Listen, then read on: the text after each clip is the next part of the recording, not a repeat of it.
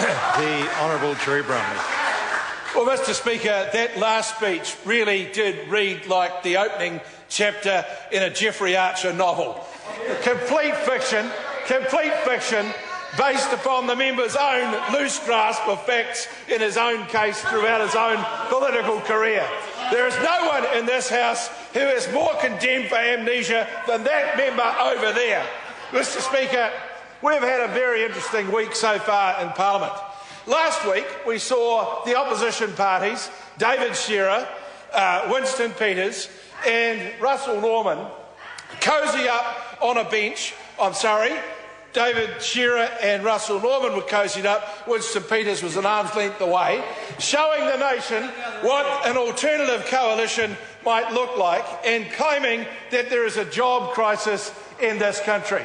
So having gone out there and spruiked all this up, then what did they do when they came into the House this week? They went back onto the old stuff of Mr.com, of the GCSB and everything else that's completely irrelevant to the daily lives of New Zealanders. And Mr Speaker, I've got to say this side of the House is delighted to look at the question sheet every day and see that the Labour Party, the New Zealand First Party and the Green Party have once again failed New Zealanders by choosing to look at all of the Beltway stuff that makes very little difference to New Zealanders' lives. We had Mr Robertson come into the House today in his speech, his contribution to this debate. First up, was he talking about jobs? Was he talking about the difficulties that people have with their daily lives? No. He was talking about the GCSB and what a terrible situation has developed around it.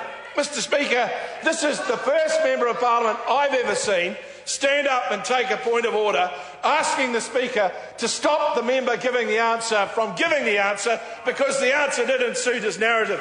That's what we got from him yesterday, completely irrelevant. And now today, another attempt to try and push along this sort of Jeffrey Archer type novel that these guys are collectively writing. Mr Speaker, I heard Mr Robertson also say that the Minister of Education has failed people in Christchurch with the education plan. That is typical of the Labour Party. There are 9,500 spare spaces in schools in Christchurch. There are 4,500 students off the rolls in Christchurch, and the Labour Party says do nothing. Just leave it all, just put up with it, just have shonky facilities for these children and their learning opportunities going forward. Ignore what is a very, very big challenge. And Mr Speaker, I'm sorry that some of the members in there may feel that doesn't represent them, but that's what Mr Robertson had to say in the House today. And what I can say is that in Christchurch, yes, there is disappointment about this. Yes, there is disappointment that there were ever the earthquake events in the first place. But there is also a deep realism about the need to make good decisions so we get a solid recovery. And our young people, our children's learning is central to that.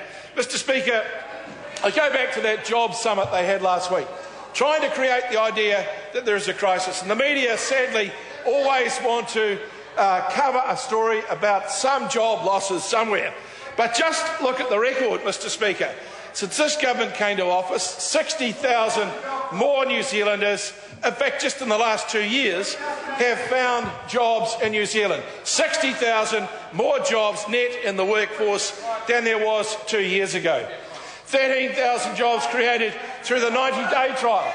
Labor said no to that, but it created 13,000 new jobs. 1,000 new jobs on the Waterview motorway, part of a whole program of roads of national significance creating jobs throughout the country. Labor are saying no to that as well. Mr Speaker, there is 350 jobs at the expansion of the Marsden Point refinery, a big infrastructure project that we can look forward to being replicated in other parts of the country through different projects.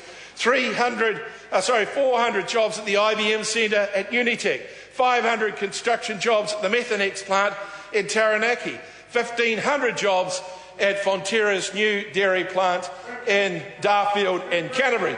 These are real jobs for New Zealanders who need them, real opportunities for New Zealanders who need them, and it only occurs because we have a growing economy. New Zealanders look every night at the news and they see what's happening around the rest of the world and they... Sorry? Yeah.